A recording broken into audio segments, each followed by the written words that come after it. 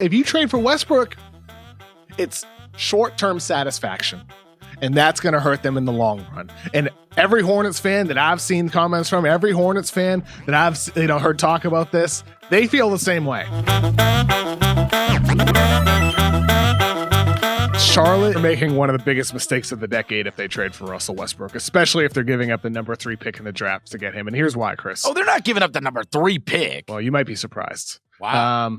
They, right now, in my opinion, I say PJ Washington kind of like tongue-in-cheek, what are you watching them for? But they have some nice young players. PJ Washington had a really good rookie season. Devontae Graham had a really good year for them. Number 3 pick and add another guy. But to me, if you add Russell Westbrook, especially if you're trading the 3rd pick and, some other nice young player or whatever, you are missing out on an opportunity in the loaded 2021 NBA draft. You are missing out on an opportunity and potentially the double draft in 2022, which could have some of the guys that we saw last night, Emoni Bates, Chet Holmgren, and many, many others, for an opportunity to change your franchise for a decade plus. Maybe you don't end up with the number 1 pick. Maybe you have the number 7 pick. Well, guess what? Next year's draft, the number 7 pick is probably better than the number 1 pick this year. And for the Hornets, to me, the best thing to do is keep on this trajectory with Borrego as your coach, with your young players, and focus on development for a little while. If you rush things to bring Westbrook in, who, by the way, he would make the Hornets way more exciting. He would make the Hornets a team that I want to turn on and watch on a random Tuesday night. But what I wouldn't want to look, when I look at that team, if they do that, I know they're just going to have a ceiling of like a 7 seed or an 8 seed on the East in the Eastern Conference that's getting even stronger this year, with the Nets coming back, with KD and Kyrie, with Atlanta trying to push for the playoffs too. To me, don't push for that 8 seed. If you're the Charlotte Hornets, focus on development and the long view here. Otherwise, you only feel this way though because it's Westbrook. You do. No, I don't. No, I don't. I would say this if it was like Bradley Beal. I would say this if it was something like that. What? Let me rephrase that. Bradley Beal's 26. Bradley Beal's 26. But if it's like LaMarcus Aldridge, 35 years old, if it's DeMar DeRozan in his early 30s, it's not just because it's Westbrook. It's because the position they're in the league, they should not be fighting to be a fringe playoff team in the East just to get their ass kicked in the first round. They should be thinking about the long view here, the long term. Because if you trade for Westbrook, it's short-term satisfaction, and that's going to hurt them in the long run. And every Hornets fan that I've seen comments from, every Hornets fan that I've heard talk about this, they feel the same way.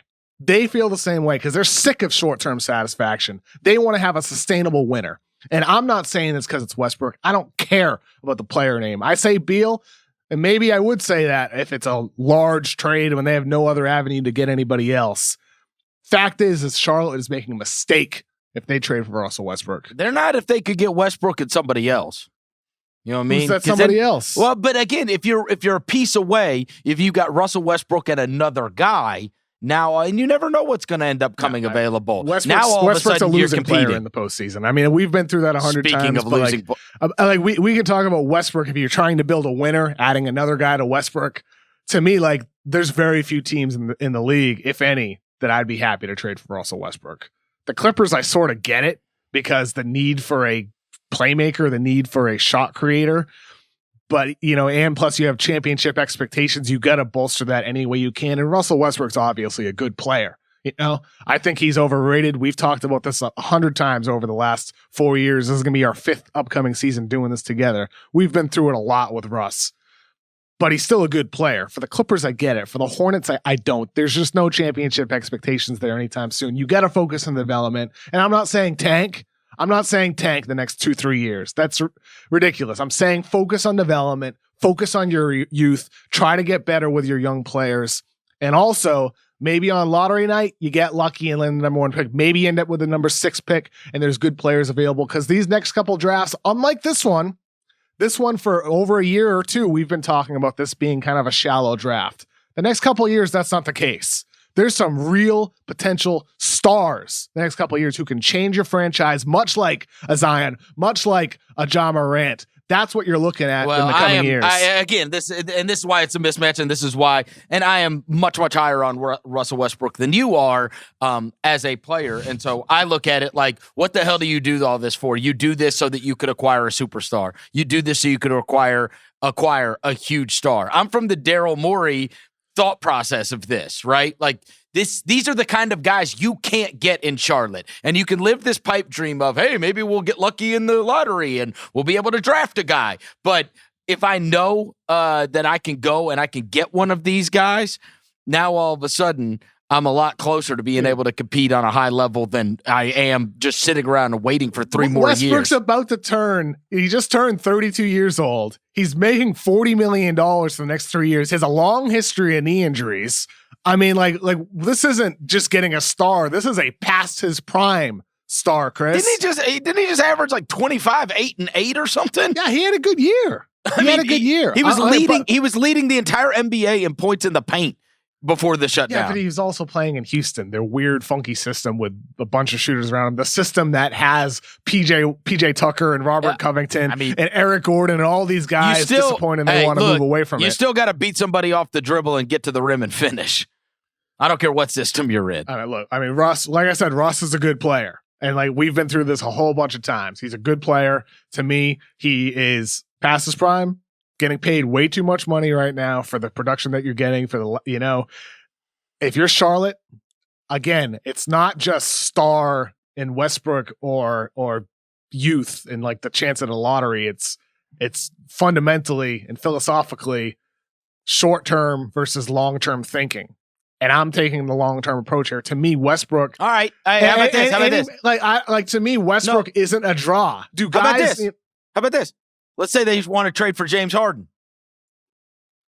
I mean, James Harden's a higher level player. We're talking about. All your shit goes out the window? Well, yeah, because Harden's a top 10 player. Westbrook is like a top 40 player. Okay, so it is about Westbrook. It's not about this whole philosophy of they need to focus on development. They need to focus on building. What are you giving up, though? Like, it would be the same thing. If you're giving up the third pick, it would be literally the same thing. You'd get James Harden, and you would not be able to compete at a high level. By the way, like with Harden, it's also a deeper conversation. If you're talking about what other guy you're getting, it is different if you're getting Harden, because I think Harden's a guy you can win with. I don't feel that way with Westbrook, but especially with Harden, is it worth giving up the 2022 or maybe 2023 first-round draft pick and a whole bunch else, like 6 first-round draft picks to get him with no guarantee of getting something else? I might say no. In that case, because it may make more sense for them to focus on the long view. But Harden's a different conversation because he's actually a winning player. He's winning player?